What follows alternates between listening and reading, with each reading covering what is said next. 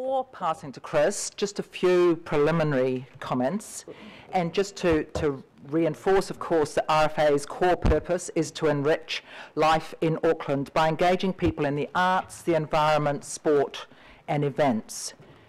And I thought I'd start by acknowledging that RFA, of course, is totally aware and supportive of the financial challenges facing the wider Auckland Council, and we are attempting to play our part in balancing the needs of Aucklanders, including in the area of enriching life in Auckland with these financial challenges. And we know, for us and for you, it is a balance. In so doing, we have accepted the need to and offered to defer some 40 million of capital expenditure from this year and the early years of the 1828 LTP. In so doing, we are conscious of the fact that we need to carefully manage the short-term capital expenditure needs to ensure that we are not putting in jeopardy visitor safety, essential maintenance and health and safety of both our employees and Aucklanders. We're currently reviewing that as part of the LTP funding request coming up. There will also, of course, be the need to catch up with those matters deferred to ensure we're continuing to invest for the future of providing for Aucklanders' arts, sports and events needs. Just moving back to the current period, we've delivered some fabulous commercial revenue earning shows and events, as well as our free or subsidised programs and education, and Chris will cover off this some more. We've made progress on our strategic themes and focus areas, although not to the extent we would have liked to, and largely because of the financial constraints around us. And then in respect of our financials, we have had for this first half year lower than our budgeted commercial revenue. It is disappointing. It's the first time that that has been the case for us. There are a number of reasons around that, including our aggressive budget, to be fair. However, it is still disappointing. We are behind and we will remain behind, and I think it's important that everybody does understand that, and we are accountable for that. As I just referred to before, that financial constraint has restricted our ability to invest in the core areas that will allow us to increase our commercial revenue in the future. It is that balance between the commercial revenue and the investment that we can make for the future. And I say we need to be very careful with our expense cutting, which we have managed to do for the half year to match the shortfall in revenue, just to, again, to make sure we don't put in jeopardy our public good programs and the health and safety of both our staff and our attendees at our facilities and events. The current year position links very clearly to the increased operational funding sought in the LTP to make good the hole that we're currently in. And in fact, our initial RFA proposal to seek more upfront in the LTP with a declining amount as our investments pay off to enable further commercial revenue to be earned. We understand why that hasn't been the case in terms of where we're at the moment. I would like to emphasise, though, and RFA does, that our percentage of commercial to ratepayer funded is still very high. It is 60% of our funding, and our commercial revenue has increased by 46 million since our original inception. And I think that that is a pretty good increase that we've had. I'd like to conclude my introduction by commenting on our contribution to the Māori outcomes. The committee, I hope, will be pleased to know that our Māori engagement strategy was discussed robustly at our recent board strategy day about 3 weeks ago. And we would say that although each of our operating units absolutely embrace Māori culture and engage with iwi extensively, the board have agreed that we're going to have a dedicated planning session with management to reinvigorate our Māori engagement strategy. And with those introductory comments, Chris, I'll pass over to you. Thanks, Joanna. And Chairman, I'll just quickly step through this presentation. Just really wanted to talk about some of the things in a bit more detail that Joanna has mentioned. Just in terms of what we've delivered from an events perspective over the last period, a couple of things I just want to mention. One is the Art of Banksy, which was the Aotea Centre. We attracted over 46,000 people through that exhibition, which was a great success, and we really see there's an opportunity for further exhibitions like that. Matilda the Musical, we sold just over 100,000 tickets, which was probably below our expectations, and I think Matilda is something that we had actually worked on to get to Auckland since 2012, so it took us that long to actually achieve getting it here. That's sort of the longevity of work that goes into and to ensure we get these major musicals here to the city. The Sia concert was a success, even though the numbers were small, and Paul McCartney, who we attracted 30,000 to the stadium, we actually had an expectation that would have done 2 shows, and that was sort of as part of our budget that we had previously prepared. Foo Fighters was an outstanding concert, not without its challenges at Mount Smart Stadium that we always have with infrastructure. So in general terms, I think we've had a pretty strong program and a number of major events that I think have added significant economic benefit to the city. In terms of just continuing to deliver for Auckland, and I suppose one of the important things that we continue to do is sort of deliver for our children and for our families, and sort of to try and build the social and cultural component of the city, which is an important factor in terms of what RFA does. I think as we've mentioned before, everything we do is all about public good, and particularly the work that we do with children and families. I think just the one thing I will mention on that slide is the Obliteration Room, which is on in Auckland Art Gallery and has been running now for just over 3 months. We've had over 120,000 people through that. Clearly, it's a free exhibition, but it's in the Children's Learning Centre, in the Creative Learning Centre within the gallery, and it's just fantastic to see the activities of children and their parents as they attend the Obliteration Room. If I look in terms of where we're going in terms of our key areas of focus, and as Joanna mentioned, we've got 4 key areas of focus for RFA that we've set as part of our strategy.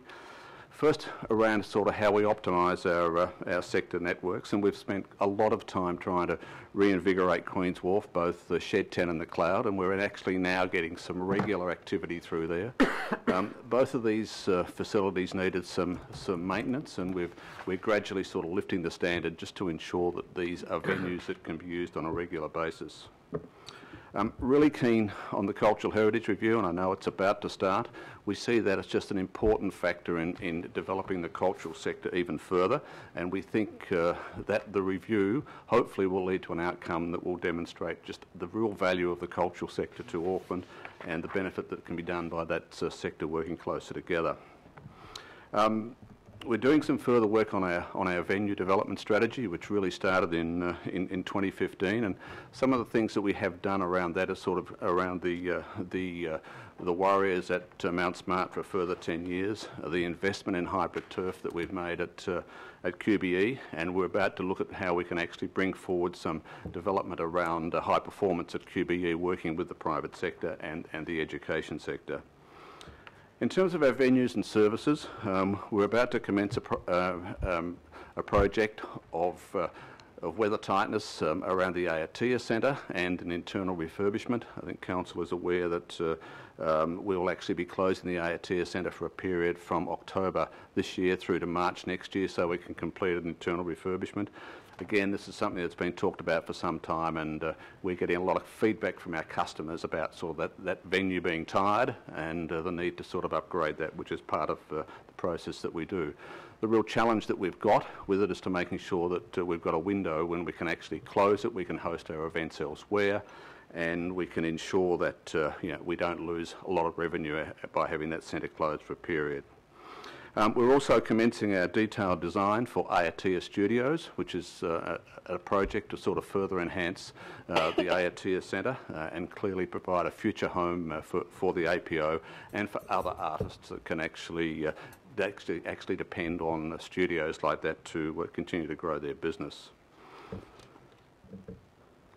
The other area for us is certainly around customer experience, and we have found that we've got significant work to do to actually make sure that we're at a leading edge in terms of customer experience, just across our 13 venues.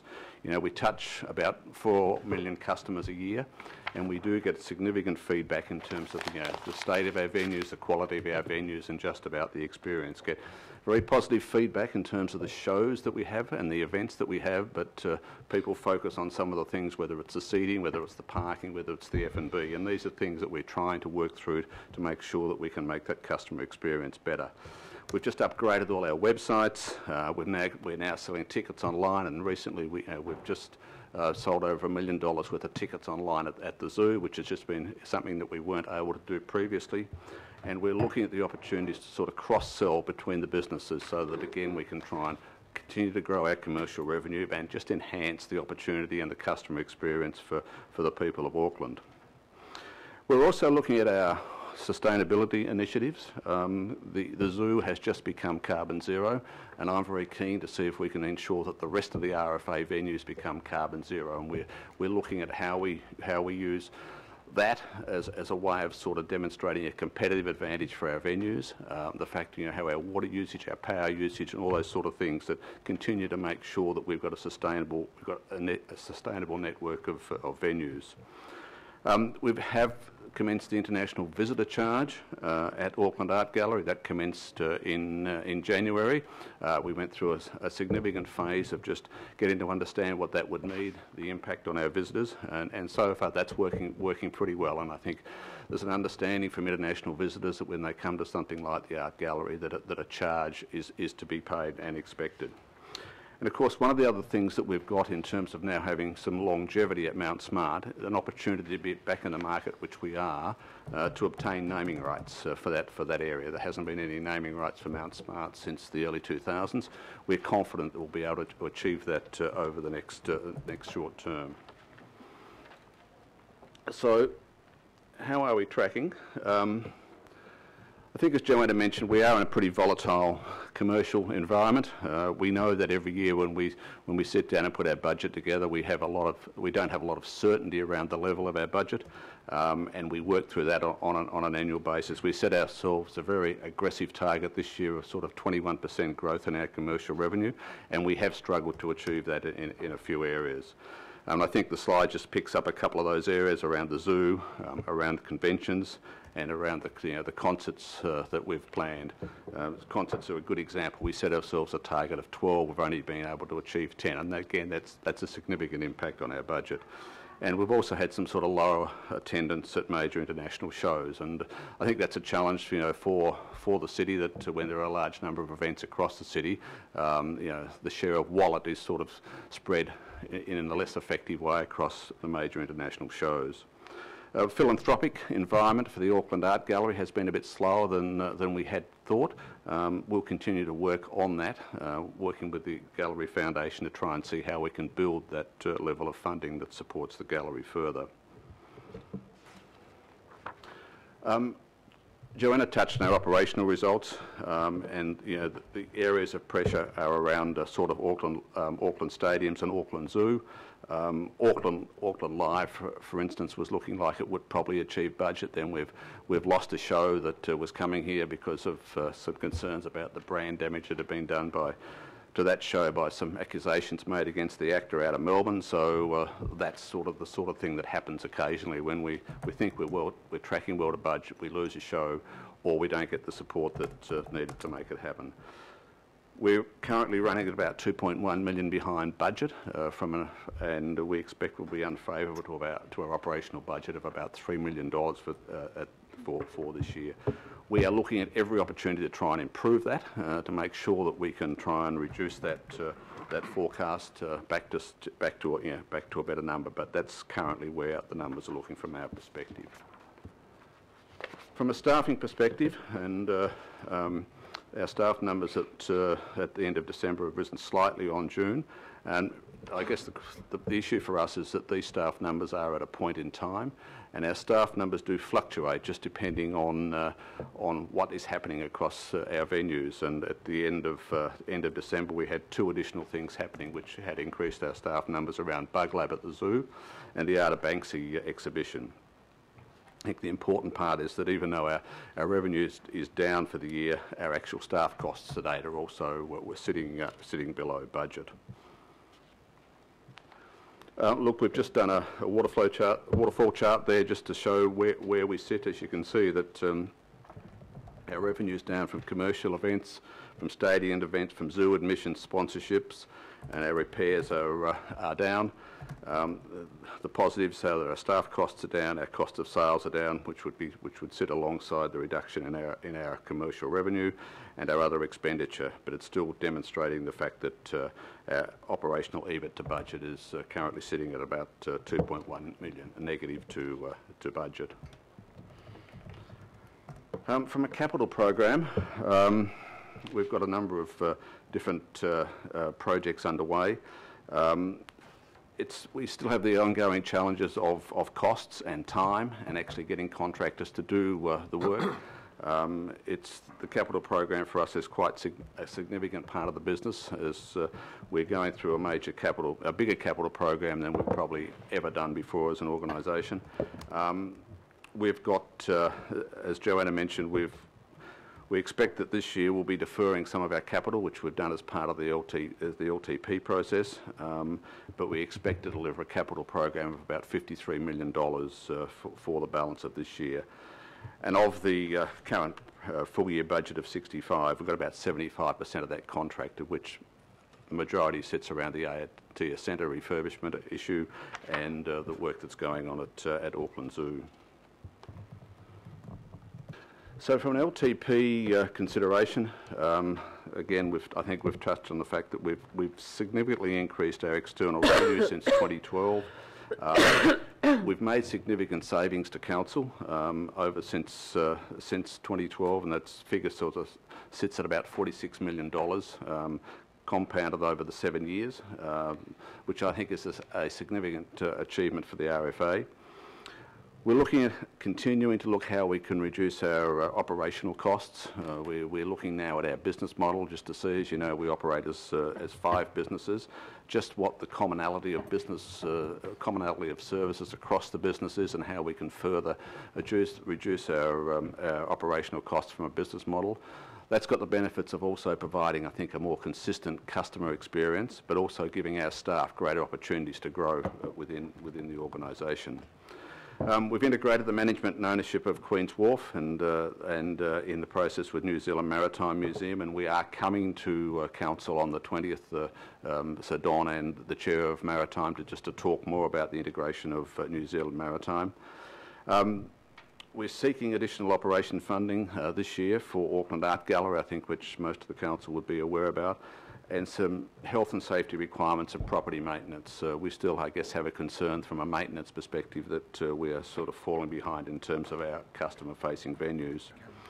And we're working with council to address, I guess, the financial impact on the America's Cup, because there will be an impact on us from potentially from the ANZ Viaduct Event Centre. And with the sale of Graham Street property, we will need to find another home for our art gallery storage. Look, just touching briefly on what activity over the next 6 months. Obviously, we've got some big events with the Ed Sheeran concert coming up in a couple of weeks with 130,000 tickets sold. We've got Mamma Mia starting at the Bruce Mason Centre. We've got the Writers' Festival again, which continues to write record numbers, happening in May. Manifesto has opened at the Auckland Art Gallery, and of course we've got New Zealand Fashion Week. Bug Lab at Auckland Zoo is an outstanding exhibition, and for those of you that haven't seen it, it is a great exhibition to see, and we're getting really good numbers and really good feedback in terms of that exhibition. And I think what that also opens up is the opportunity for further exhibitions like Bug Lab to be held at Auckland Zoo. So, Chairman, that's my presentation, and there's a very good example of what's in Bug Lab. Right, thank you. Councillors, if we could I'll just update on the Cultural Heritage Review. We've a bit fallen behind a bit there. Everyone we tried to approach and shoulder tap declined, so we actually had to go to tender. We've had 3 parties express interest. They have been interviewed, so we're in a process. So that's the update on that. We can't tell you anything more, so I'd appreciate if there's no questions on that, and also appreciate if there's no questions on the Maritime Museum integration with RFA, because that's coming as a full report at the 20th of March meeting, as Chris indicated. So we have Councillor Wayne Walker, Councillor Casey and Councillor Cashmore. Sure, I've got two questions that go to letters of expectation. The first goes to a letter of expectation back in 2016, which identified at the time the need for more transparency on the part of RFA, particularly around components of RFA such as, for example, the art gallery. So my question is, how are you progressing with transparency around those parts of RFA as it goes to reporting, financials and other things? Because if I look at that example, it's not possible to find information on it because it's contained within RFA's overall budget. So that's my first question. Look, in response to that,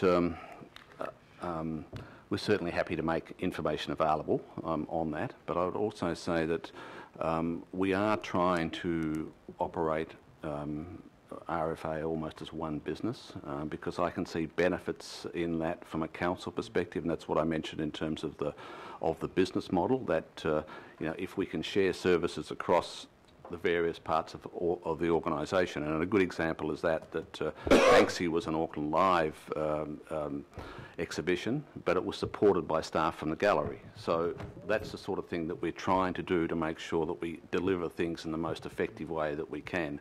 But if there is additional information that councillors would like around what we're doing at each part of the business, happy to supply that. But it's really difficult, I think, to actually provide sectionalised into a P&L perspective when we're trying to run it as one business, and I think that's the way we'll give the best value for money to Auckland, by us operating as one business and trying to share as many things as we can across the business. Clearly, we keep the revenues separate, and that, but we are trying to deliver as much efficiency as we can.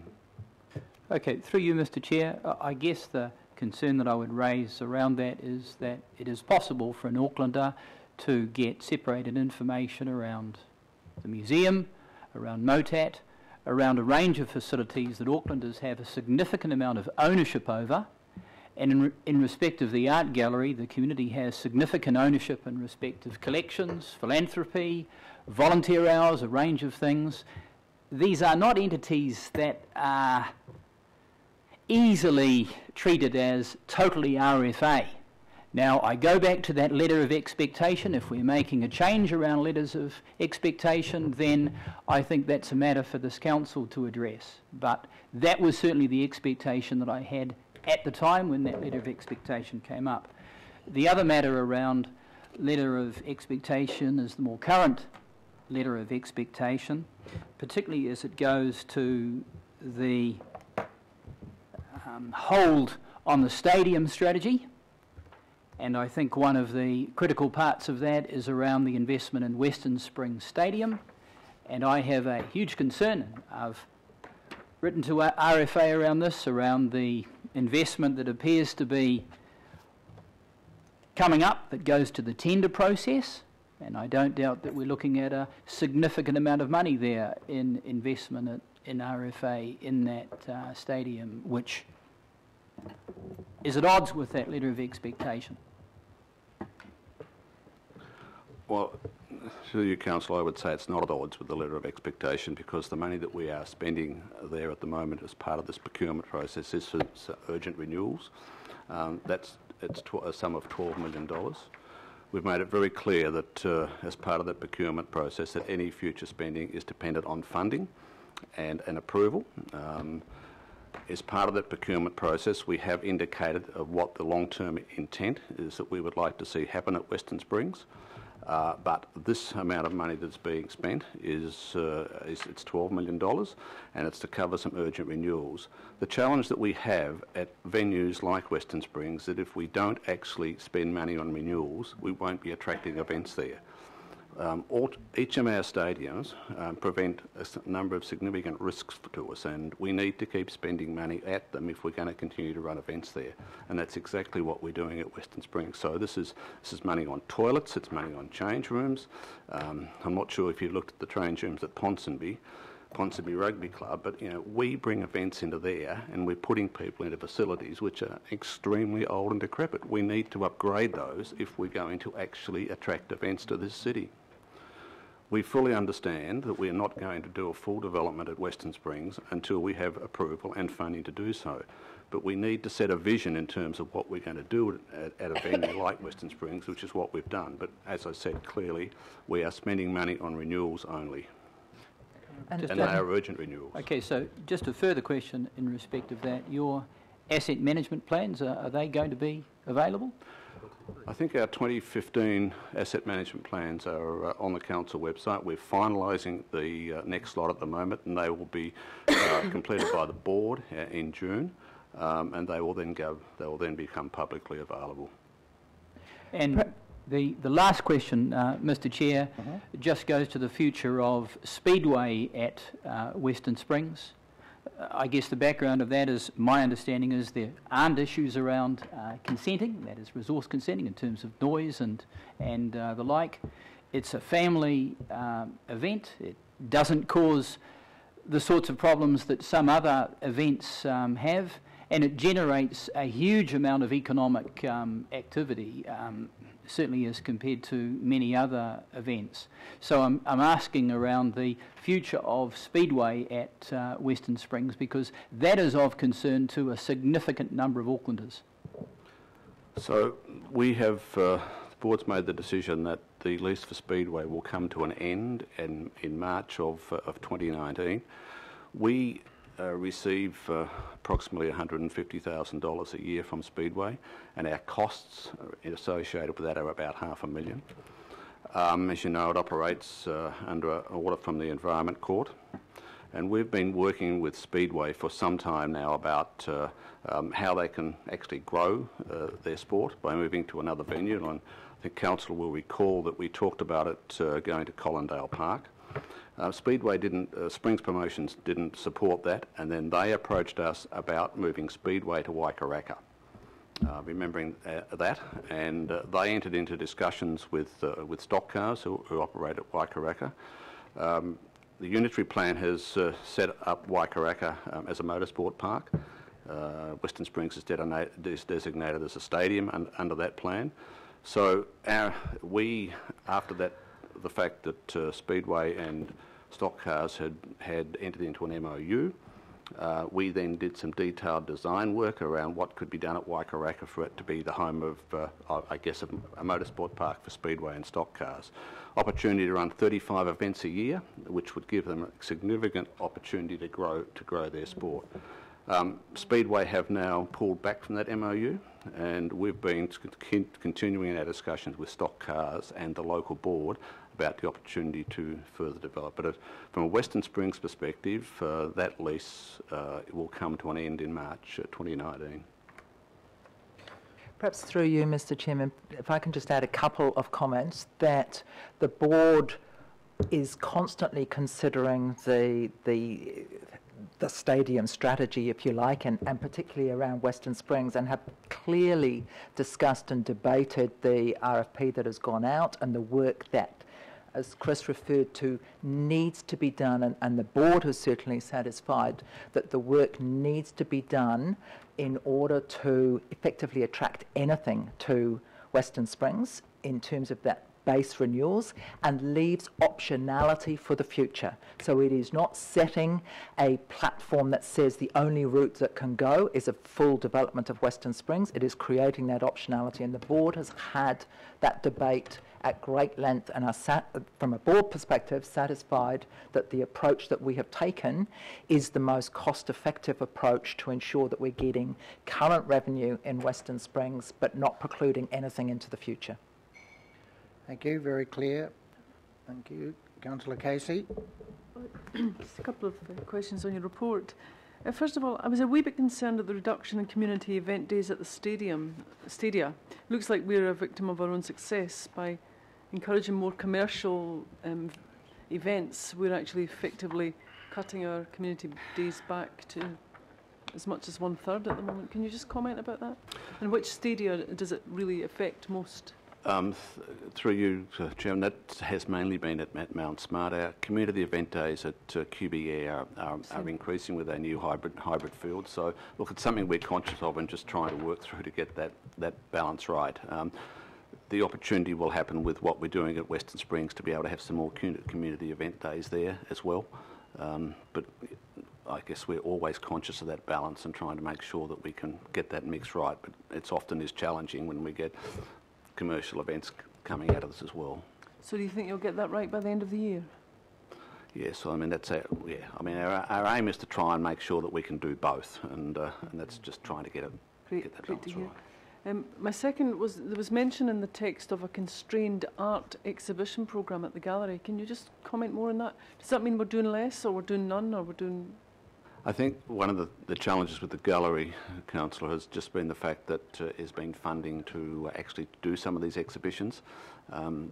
It's, in general terms, every time we change an exhibition over, if it's just one of our own exhibitions, it's in the vicinity of sort of $150,000 to $200,000 to sort of turn an exhibition over.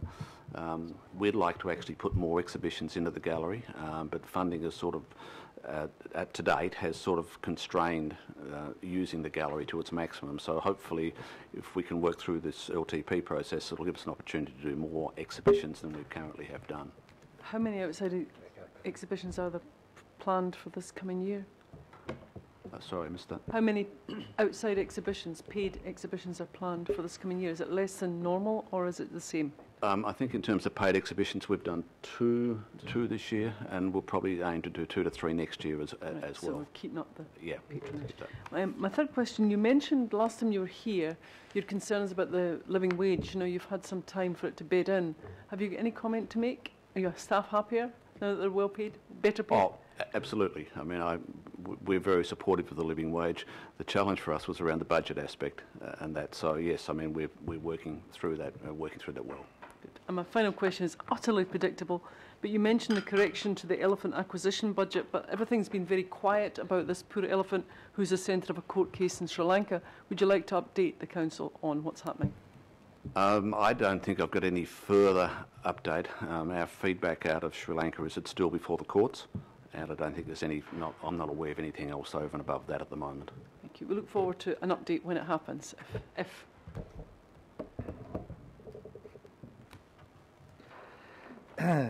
Is it getting fed well over there compared to It's consistency of the elephant. Okay, Councillor Cashmore.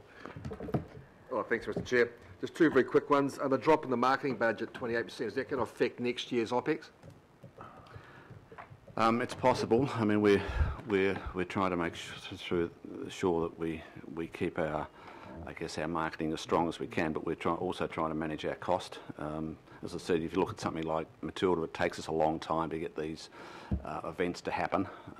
We're working pretty hard to make sure that we do, but yeah, we could have an effect on your income stream. It possibly will longer term.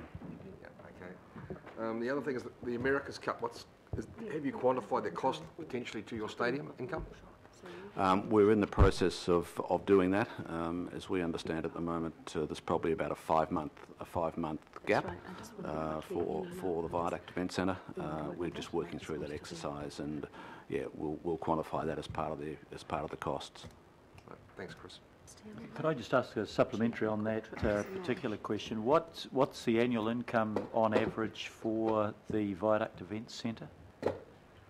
The profit that we generate out of the Viaduct Event Centre is about $3.5 to $4 million per annum.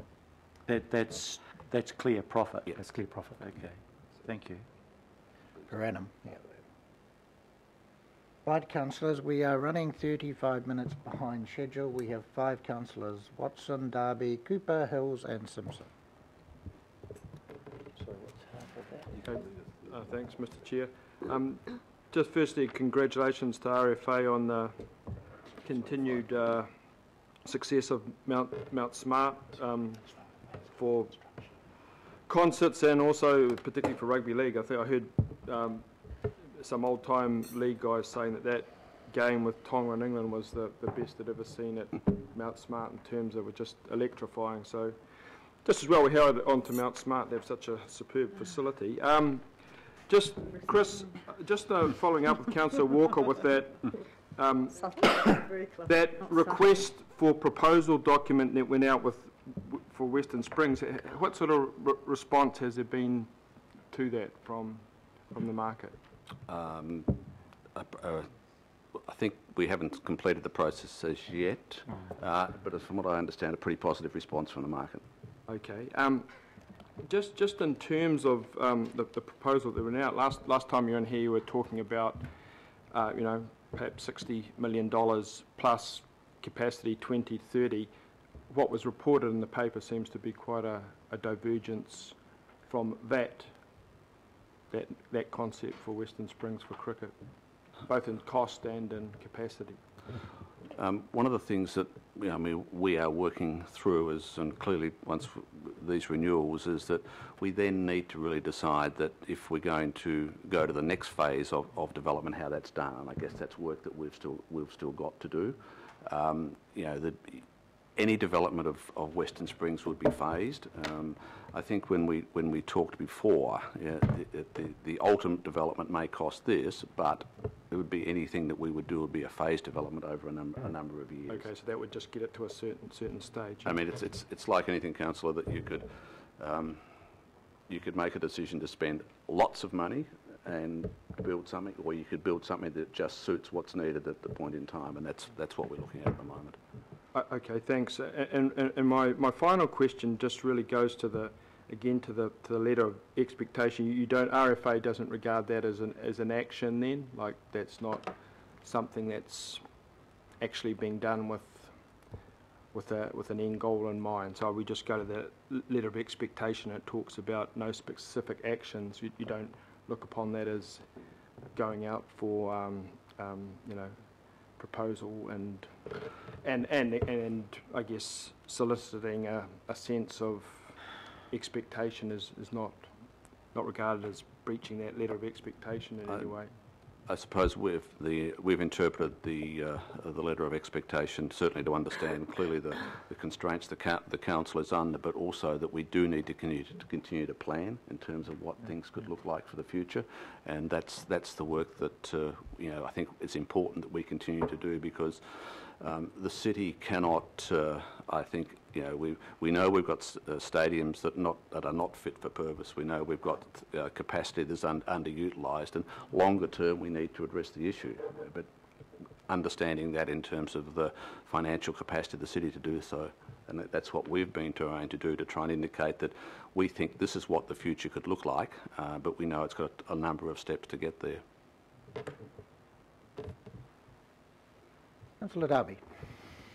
Thank you, Chair, and thanks, Chris. I'd hope you do keep planning, because that number that you just gave in response to Councillor Walker's question about the revenue, did I hear that was a 150 net revenue from Speedway? How many events is that?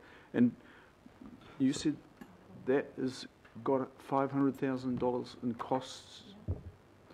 Yeah, so we're down the gurgler every year at 350. Yeah, that's our current costs, and we generate about 150,000 in revenue, and the costs around that are about $500,000. I guess yes, that's currently where we are. Keep planning, please. Yes. So can we have an idea then?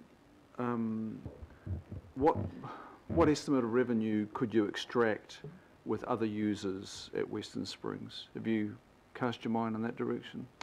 So one of the things that we've looked at, once we do this essential renewals work, is the opportunity to open Western Springs up for other events and post Speedway, and the forecast that we have done on that is that we could probably generate for us an additional about 1.1 to 1.2 a year to our bottom line, because it will enable us to run events there that we currently can't. And to have the facility in I guess a better state that will enable us to get a higher levels of revenue than we currently do. Okay, another 1.2, and I've heard the number. I heard it at Harbour Sport from Councillor Walker and Councillor Watson that it was going to cost $100 million for the implementation of this stadium's strategy at Western Springs. Where does that number come from, and what's it made up of? I'm not sure. As I said, you could do a plan which you could spend $100 million. You could do a plan that would probably spend $200 million.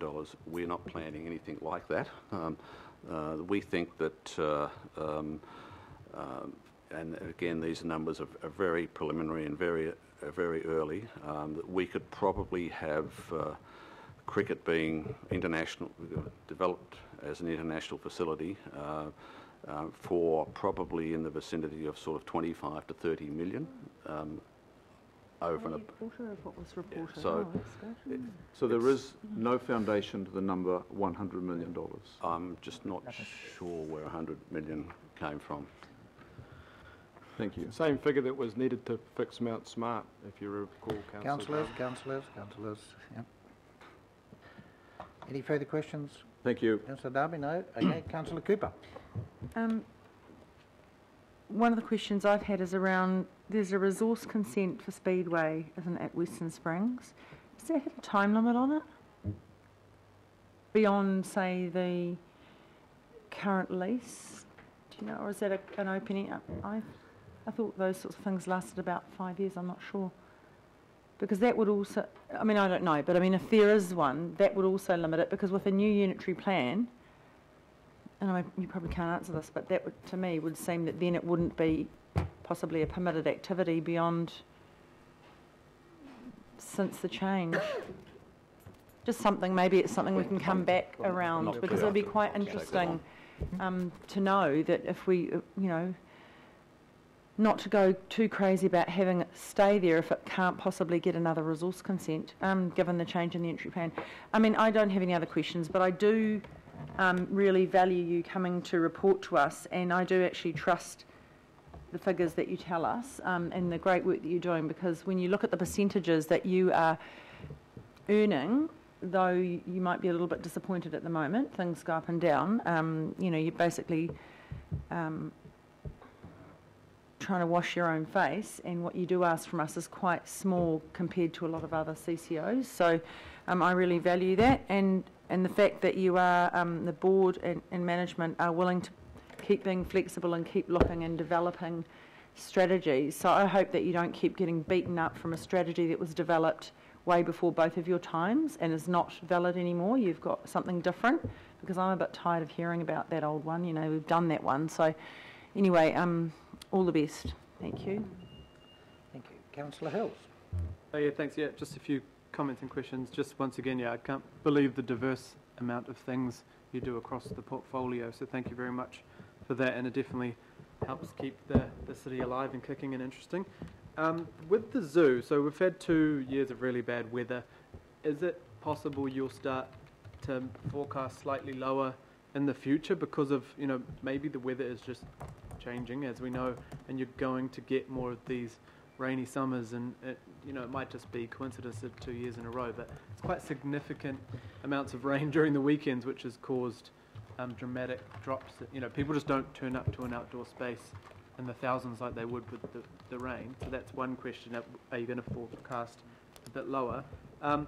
The other thing is, I do have concerns, and I know you've been beaten up, and we've been beaten up too, around flights and marketing budgets, comms budgets, but as you've said in a more reactive way, after the fact is sort of, we need these budgets to then get the money, get the 100 million tickets or sales or whatever it is.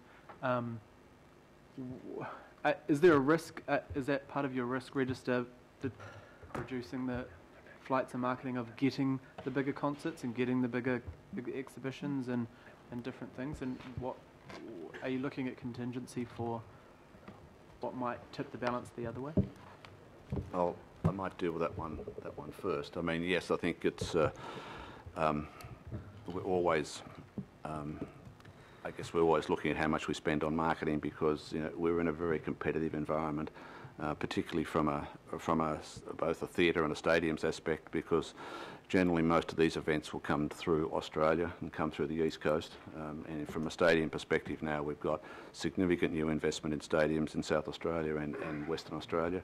And it's easy for them to sort of turn right instead of coming across here. So we know that we've actually got to be able to put together a product or a venue that actually offers a competitive position to come across to Auckland. So far we've been successful at doing that, but again we've got to make sure that our venues and the level of ticket sales we get is comprehensive enough for the promoters to support that. We are continually in the marketplace, with talking to promoters around stadium events and around musicals, just continually chasing them to try and get them here. And so far, they like coming to Auckland, but we're certainly not underestimating the fact that if we reduce our marketing spend, there is a risk with that. So we'll look at that pretty carefully. In terms of the first question, yes, the zoo on a good weekend, we'll get 4,000 to 5,000 people in there on a wet day, 400 to 500. That's the dramatic impact that it has. And we maybe our numbers are too optimistic at the moment, but we firmly believe that once we get the zoo redeveloped, and we're going to go through a pretty challenging time for the next couple of years while we've got sort of 20% of the zoo out. Our numbers will be fluctuating a bit. That's why we've done things like bugs, because another opportunity, and we want to try and continue that to give people also the opportunity to do something indoors. And one of the areas that we're developing as part of the zoo is to try and provide more cover for customers, so that there's also that opportunity to get some protection at the zoo, because there's very limited cover there at the moment. But and we generally find that when we have either a new animal or a new venue, we get a spike in customers. So, but it's something. The weather is certainly changing, and we'll just have to have a look at what that means. And further to that, our zoo visitation budgets are based on the last 20 years' history. Okay. And the big thing for us is the peak days that we measure. So this year and last year, for some reasons, had the most rain on peak days. So it's not your Mondays to Fridays. It's Saturdays, Sundays, school holidays. It's just unusually high for the last couple of years, which we couldn't have actually predicted. Thank you. Yes, Perth has certainly opened a very flash new stadium, haven't they? It's noticeable. Councillor Simpson and then Mayor Goff to wrap it up. Thank you, Mr Chairman. Look, a lot of my questions have been answered, so I'll keep them very brief. 47 unbudgeted events is great. It's really good. Obviously, it's made an input into the revenue. I'm just wondering, do you think you've built successfully into looking at the LTP that they may be a thing of norm as opposed to unbudgeted? That's my first question. My second, I'm just trying to find extra ways, it's always, I'm trying to accentuate the positive as opposed to concentrating on the negative. And my second question is an interesting one around your staff. I know you run a different sort of, you must run a number of businesses under one umbrella, but you made an interesting point around using the art gallery staff for the Banksy exhibition, and I wondered how much you'd had a look at efficiencies by sharing more of that to try and save some money within the group, for want of a better word, and how difficult that would be. And then my third question is the APPA Music Festival. Have you got an update on something around that you can share, or is that not possible yet? Sorry, the last one? The APPA Music Festival, the Auckland Primary Principals Association Music Festival, from Auckland Live's perspective. You may not be able to share something, but I wondered if that was something you... No, on that third question, Councillor, I'll need to come back to you on that, because I'm just not sure where that is at. As I mentioned earlier, in terms of the second, we're looking sort of at the business model. For instance, we've got front of house staff which run across all the businesses, and just what the opportunity is to get them to do more together. And that's we're working through that exercise at the moment. Similar things with cleaning, security, and a number of things that sit across all the businesses. How we can actually deliver that better, and I guess and that's important from a customer experience perspective. It's important from a cost perspective, and also in terms of just giving staff opportunities to develop, which is one of the things that we are looking at. Front of house is probably the main one because we've got some reasonably large numbers across the organisation. So we're going through the exercise at the moment just to try and work out exactly how we do that better and what that'll mean. But there are certainly opportunities there around that. And through you, Chair, in terms of sharing staff across the group, RFA are the largest users of council shared services. So in terms of back of house and so forth, we're already doing that. So now it's just our front of house and how we can get more efficiencies through that. And Councillor, in terms of unbudgeted events, yes, I guess we're trying to make that is the norm. I mean, our driver is to try and also make sure that we can reduce our reliance on council funding. So we're just looking at the opportunities to do unbudgeted more of that activity, which again will support more community events and those sorts of things. So that's a real drive that we've got. Mayor Goff. Thank you, Mr. Chairman. If I could just put 3 questions in front of you, and maybe you could answer them as a group, Chris. The first, it seems to make sense to me that you'd put Speedway and stock cars together because they've got a lot in common. What's the cost of getting Waikaraka Park up to a fit-for-purpose venue? And where is SPL, Bill Buckley, in that? He was in it and then he's out of it, so where's he at the moment? The second question, you mentioned that you could, if you took Speedway out of Western Springs, generate up to another 1.1 million. But then in your report, you've got stadium revenue being down as a result of fewer concerts. So I'm trying to reconcile, you can generate more, but aren't you competing against yourself for, Mount Smart, etc.?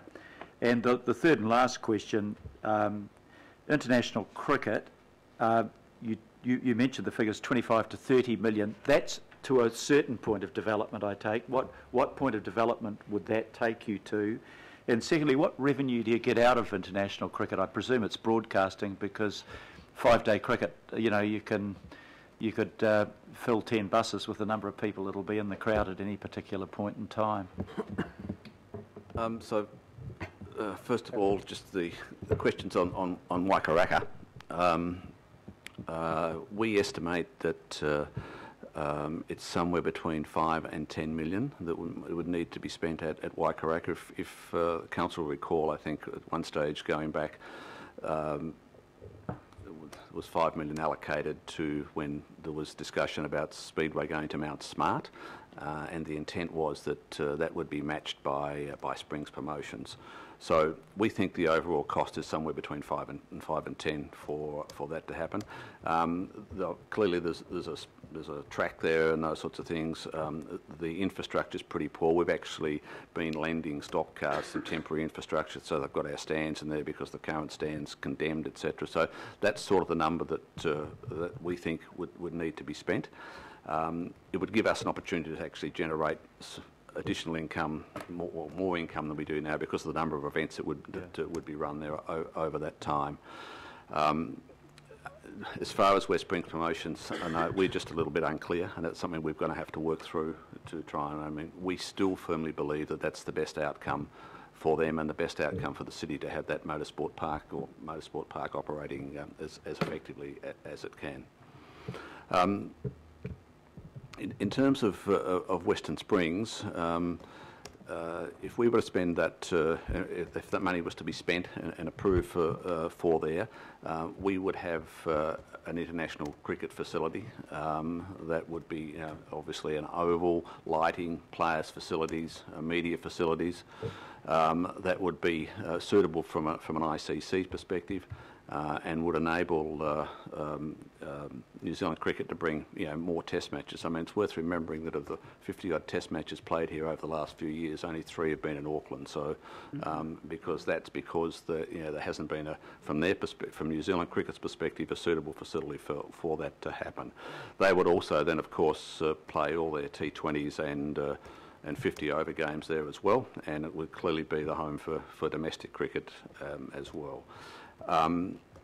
New Zealand Cricket have indicated to us that if we did move forward with that they would also put their administration at Western Springs, which again would generate a reasonably good income for us in terms of that facility. So I guess that's and also as part of their high performance facility, they would also develop that at Western Springs. So that's where we have got to in terms of just thinking of what a model could look like and how it could work, and then having that there would enable us to actually get more besides the major outdoor concerts that we get at Western Springs. There's quite a demand for festivals and events at Mount Smart at Western Springs. There was quite a few promoters that actually like Western Springs as a venue, and the challenge we have at the moment is one, access in the summer period, and secondly, just the cost of getting that venue up, because we have to start from scratch with infrastructure every time we do anything there.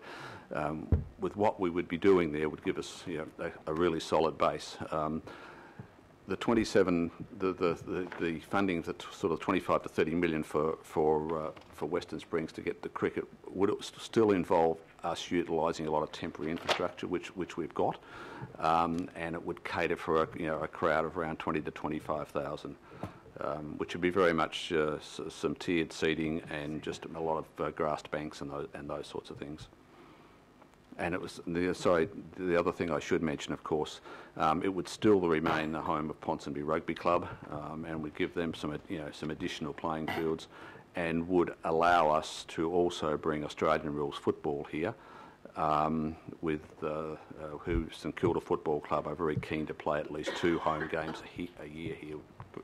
Council would probably recall they previously played in Wellington. That experiment didn't work. They wanted the Australian rules football want to come to Auckland. Yeah. Could I just ask one last supplementary on that, Mr. Chairman? I'm still looking at what the revenue might be for international cricket. The difficulty, I mean, yeah, you'd get the crowds for the T20 and the one-dayers, but then as long as you've still got Eden Park there, you'd be taking that revenue away from them, an organisation in which we've got $40 million in debt invested. So it's kind of a zero-sum game. My problem is, if you move ahead with international cricket now, get the revenue for the games that generate revenue, you're taking it from somebody else that will have a negative impact on us. And, if you're just looking at the international, the 5-day matches, your crowds are very sparse. So I'm not imagining that you're generating much revenue towards the cost of the ground out of the actual games. That's my problem with it. I actually think this would be additional revenue into Auckland, because Auckland Cricket New Zealand Cricket would commit to play far more cricket in Auckland than they currently do. So I don't think it would be taking income from Eden Park. It would be growing the share of cricket revenue into Auckland, and particularly if you're going to with the 3 different modes in terms of Test cricket, one-days and T20s, I think we'd see a significant uplift in the amount of cricket that would be played here, which I think would be of overall benefit. Have you got a business case for that? Yes, we can do some work on that, and we've done some initial work in terms of what I mentioned the figure to Councillor Darby about the additional $1 million. We've actually, I think, can demonstrate some numbers that will grow that even further by having cricket there. Thank you. And just to further highlight that, New Zealand Cricket have been quite clear they're coming under increasing pressure to stop playing cricket at Eden Park. There's no question from the international body. Councillor Fletcher. Thank you. I just wanted very briefly to acknowledge RFA and thank them for their generous hosting on a quarterly basis of the Hauraki Gulf Islands Trust. It's the only time that those trusts, which are all volunteers, actually have the opportunity of getting together and conferring on conservation matters for the Hauraki Gulf, and I think it's a really worthy sponsorship that the RFA are undertaking, and I really wanted to acknowledge. Thank you. Right, thank you. Just one last thing, Chris, could you just confirm for those that have an interest in the APO, what they've been told regards the deferment of the Aotea studio development? 1 year, 2 years, 3 years, what is it? So on the what we're calling Aotea Studios, we are about to let a contract for detailed design, and we've probably got, and we're working closely with the APO on that. It's probably about a year's work on that, and then our expectation is that subject to sort of LTP funding, and we have some funding sitting in the LTP at the moment, and the rest would be required to be approved, and we would expect that commencement of that, and we've talked with the APO, would be 2021. And that would be the timeline, and we expect that there will be a two-year build if we move forward. So it's effectively a 2-year delay, I've been told. Of which we will be losing a year in terms of detailed design, Okay, which we're not losing a year, but an expected I'm not year. trying to be a trick question, it's just to inform other people around the table. Thank you very much, team. There's no formal resolution because we're doing one at the end. So thank you, Joanna, thank you, Chris, and thank you, Simon. Thank you. Appreciate it.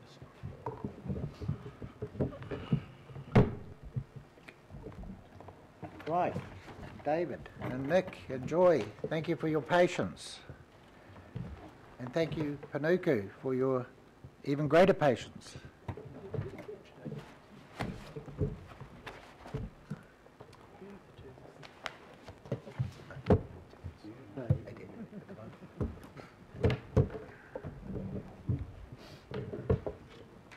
Welcome, David. Are you going to... A very brief introduction. I'll hand over to Nick. But all I'd like to say, well, thank you, Chairman, Councillors, Mayor, is that it's been a pretty busy 6 months. As much as we're looking back over the quarter towards the Q2 highlights, a lot of the focus, particularly with Nick coming on board since September, October, has been on the strategy for AT going forward, and based around that, the first principles review, and obviously as we're getting close to finalising all that, the impact that has on the direction of AT, and obviously resourcing and the way that we go about doing what we're going to do. So it's been a very exciting time, and I think Nick will touch on some of that towards the end of his presentation, Mr. Chair. So I'll hand over to Nick. Thank you, David. Welcome, Nick. Thank you, Chairman. I'll just briefly go through our summary of the October-December quarter and touch on the highlights for the quarter. Do I have it? Oh, sorry. This one is it. So during that quarter, we had the tripartite summit in Guangzhou. More than 100 delegates went up to Guangzhou with the mayor. The results of that trip have actually been extremely positive. That we've come to understand a number of deals were concluded during that trip, and the great majority of delegates that went on that trip considered it a real success and would participate again. And I think the process of those summits has been evolving all the time, and I think we're moving to a newer, more sort of distributed model where a number of activities will happen between Guangzhou, LA and Auckland. The second highlight I would like to point out is the opening of the Madden Street premises in the grid. That's the third building there. It's 12,000 square metres that are now available in the Innovation Precinct. There are now 90-odd tenants operating in the grid, and I think we've reached a stage of its development where we can feel pretty pleased, and certainly the board and my predecessors deserve a lot of credit for having got the Innovation Precinct to the point that it is.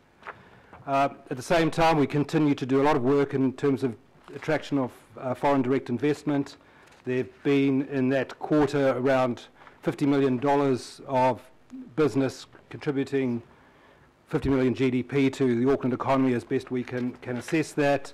And some of the things there that are just worth pointing out that contribute to that number are successfully retaining Power Rangers as in production in Auckland.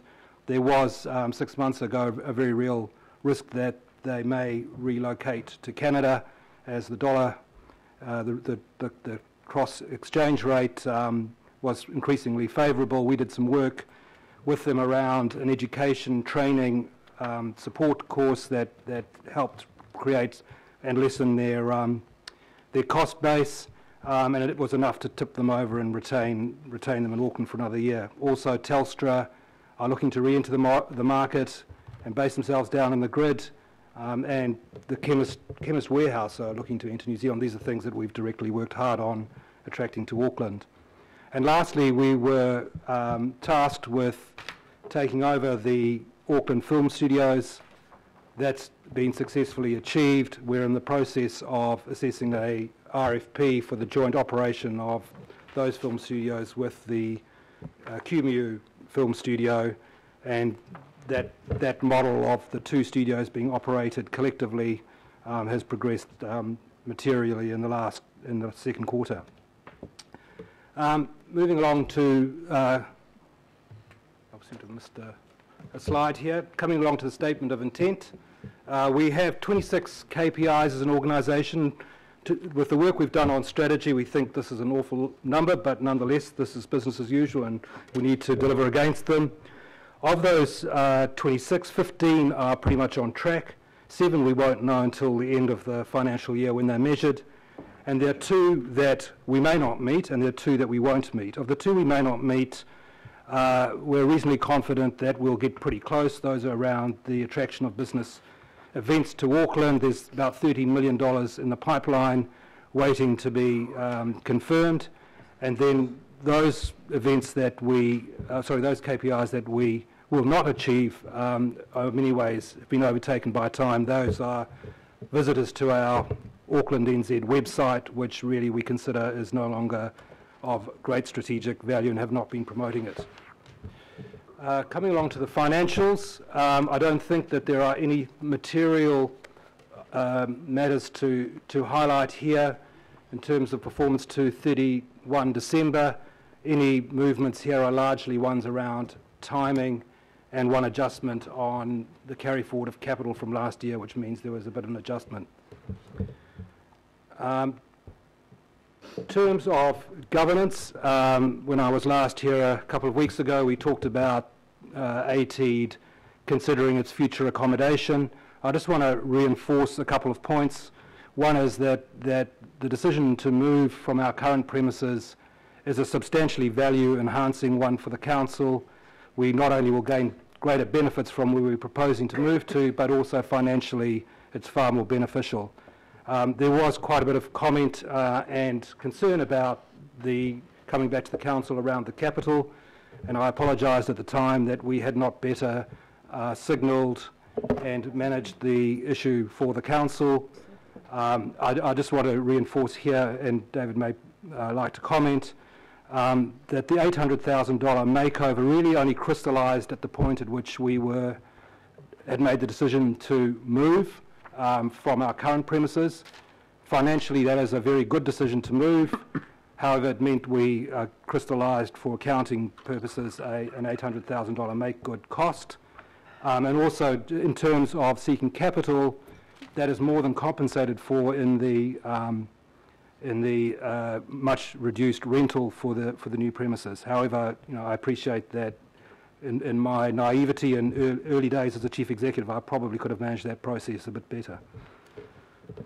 The other governance issue that's just worth highlighting is with the targeted rate, with the accommodation sector, we have in December established a committee of the board that will involve representation from the accommodation sector, and that process now I think is in a reasonably good place. Moving along, in terms of the risks to the business, and this is assessed at the 31st of December, clearly we are all conscious of the benefit of the America's Cup and the related issues associated with that. That sits very high for us, although the discussions at this stage are very much on the infrastructure. We did have and continue to manage an issue with the financial viability of BizDojo, who are the operator of the Lysart building in the Innovation Precinct. It's an issue that has developed since the end of last year. We are now operating the grid, or operating the Lysart building. We are reasonably confident that we will recoup a good portion, if not all, of the rental that we have lost to BizDojo, and we are looking at options once we have stabilised the operation to reletting the operator role with BizDojo, that BizDojo was carrying out. And then just finally, organisational performance. We have, with the new chief executive, with the first principles review that we've been looking at, ATEED's future role.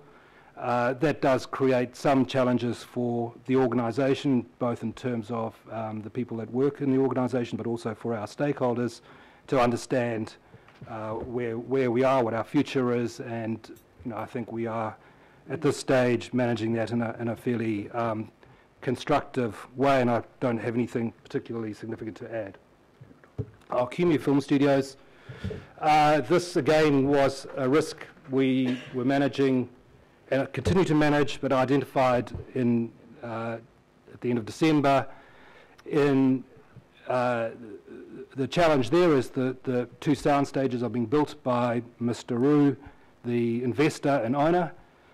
Those studios need to be available by the middle of June for a licensee, one of the film studios from the US, who are currently actually operating on the site, but they need those two studios by June. We are currently in the process of, or we're not us, Mr. Rue is in the process of having the building work consented. The risk is just that we sit between Mr. Rue and the film studio should we run into any issues. But that process, sitting here today, I can tell you, is pretty much tracking as we expect it to. In terms of the first principles review, we've done pretty much all the work on it, so complete it's probably slightly exaggerating the status of that, given that the chairman here of this committee invited us to undertake this work, and we have not reported back to him and to the mayor. But we have done a lot of work on this. We've tested a lot of the thinking, and it is now informing the work that is going into the development of our statement of intent. And we have scheduled in a couple of weeks' time a workshop with the committee of the governing body to take councillors through the work that has been done around the first principles review, how that then extends into a strategy for the organisation and into the statement of intent. The key findings from that really are around getting much greater clarity on the purpose of ATEED, and in that there's no secret. We've been talking about this quite openly. We see that our purpose as an organisation is supporting the creation of more high-value jobs in Auckland. We see the need to focus much more spatially and to work more closely with partners such as Panuku and Auckland Transport, to work with other city anchor institutions such as the educational institutions and other big corporate players, and to pay much more attention to those parts of Auckland regionally that are performing less well than some other parts. And I think that point probably brings me to the end of my presentation. Thank you. Thank you. Kumeu Film Studios, does that mean they have to be built by June, the sound stages? Do the stages have to be built by June? They're currently being, they're all largely built already. So it's code of compliance. Code of compliance, yeah. Okay, all good. All right, we have Councillor Casey. My question is directly to David.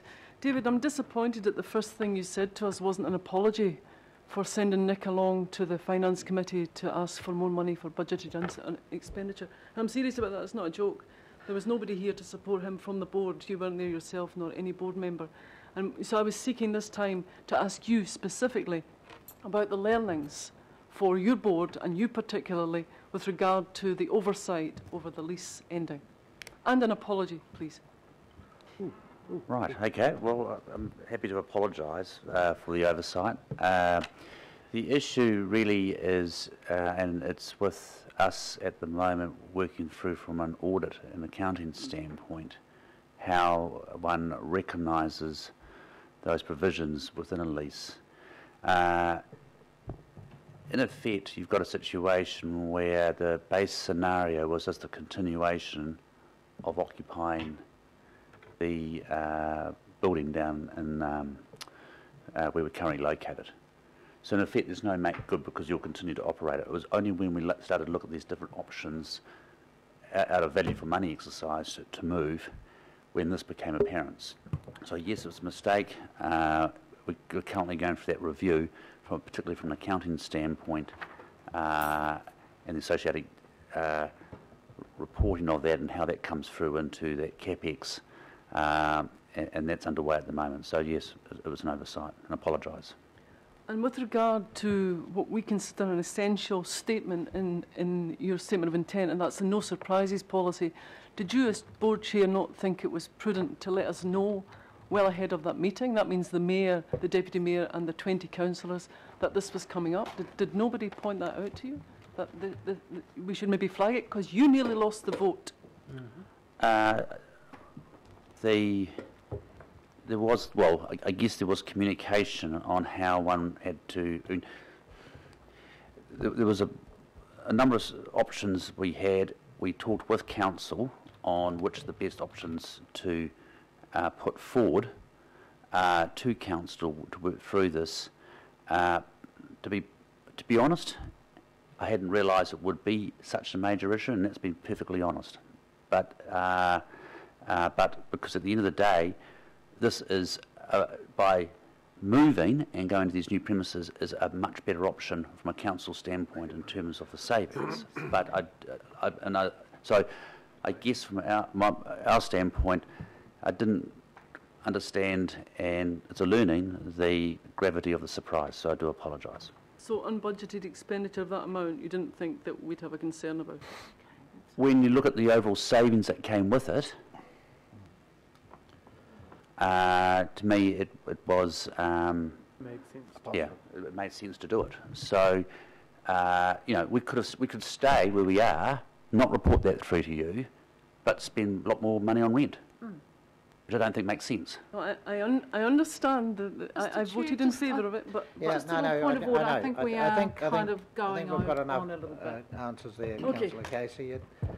So it's partly a, you know, asset management, cash flow issues, etc. So, but it's a positive result.